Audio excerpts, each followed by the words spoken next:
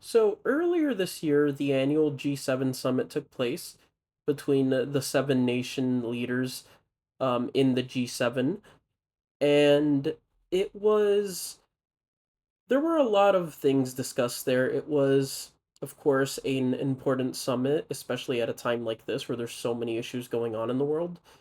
But something that was noteworthy about those leaders that met there, and this was something that was posted online, was that every single leader there, their approval ratings in their country are underwater and relatively deeply underwater.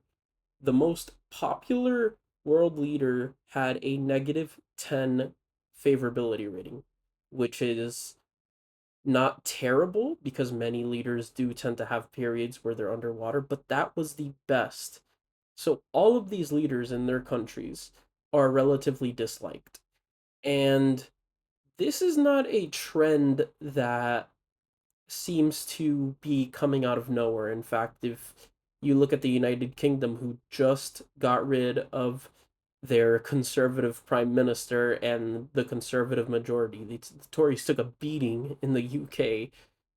The new Labour leader, Keir Starmer, I think I pronounced that name really badly, sorry, but his favorability was immediately underwater, and his approval rating is really low. And if you look at polls for the next election, the Labour Party really just tanked back to competitive, which is crazy considering the Conservative Party in the UK just got wiped out. But as you can see, that really did not mean that people automatically loved him. In fact, it's just people distrust him as much as they did the Tories. Now we're back to square one. And if you look at the leaders' favorability worldwide overall, you can easily see that most world leaders are really unpopular in their countries. It's it's really really strange.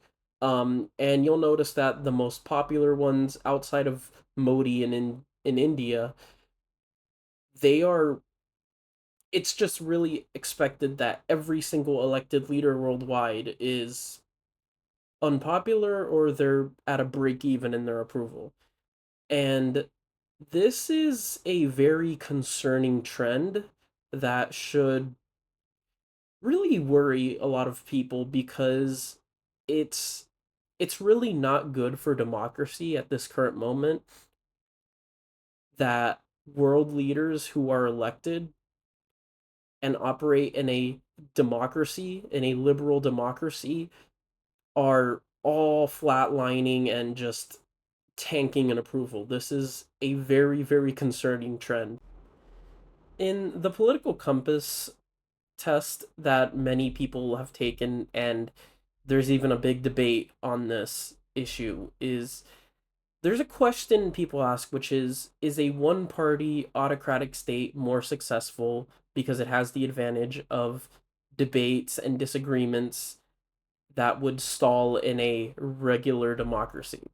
In a relative democracy where there's multiple parties, everybody's getting in and voicing their opinions, is it the case that a one party state is inherently at an advantage because of this? Now, as much as I'd like this not to be the case, it's just hard to deny that this is more or less true that a one party state holds this advantage in the sense that if you look at China, their economy is competitive with the United States. Um, Super competitive. And they've made a lot of progress since the Great Leap. And this is despite being an evil authoritarian country that does not regard human rights in any way.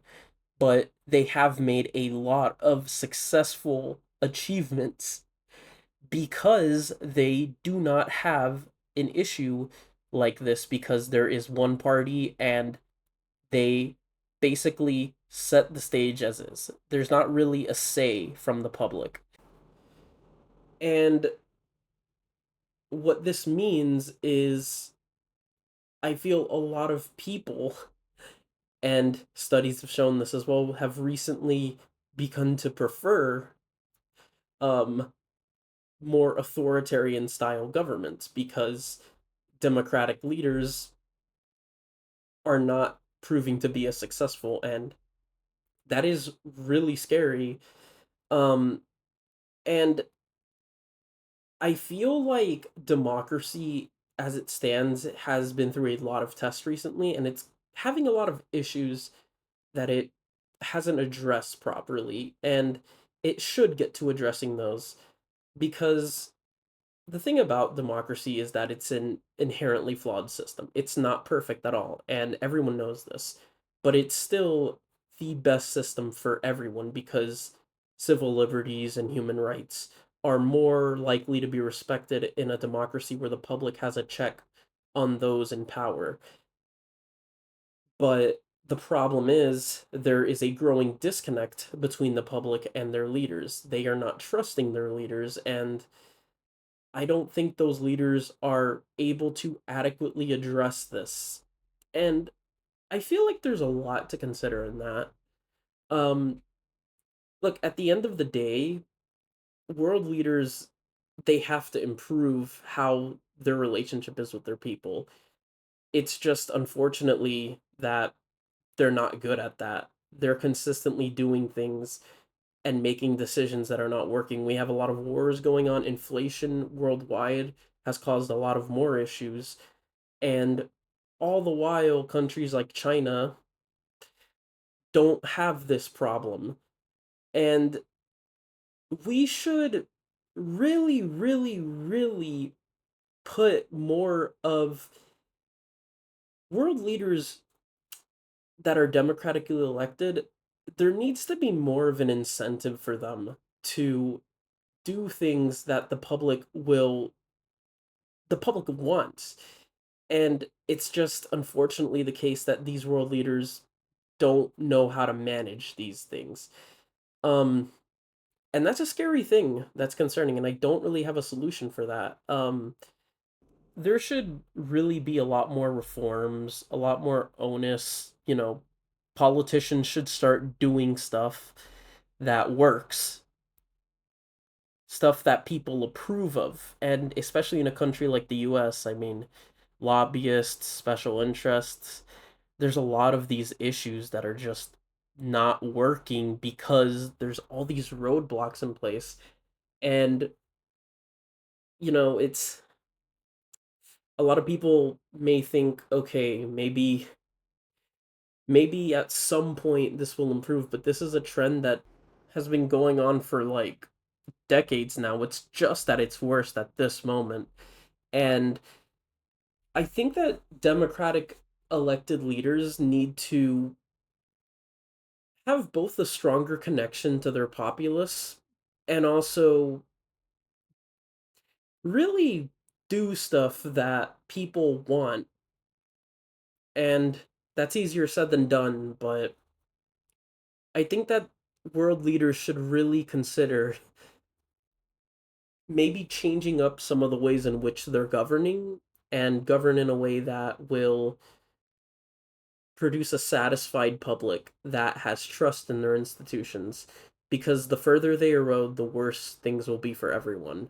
And hopefully that happens, but that's not it's very hard to think of a solution to this, and that's concerning, but that's the world. So yeah, thanks for watching.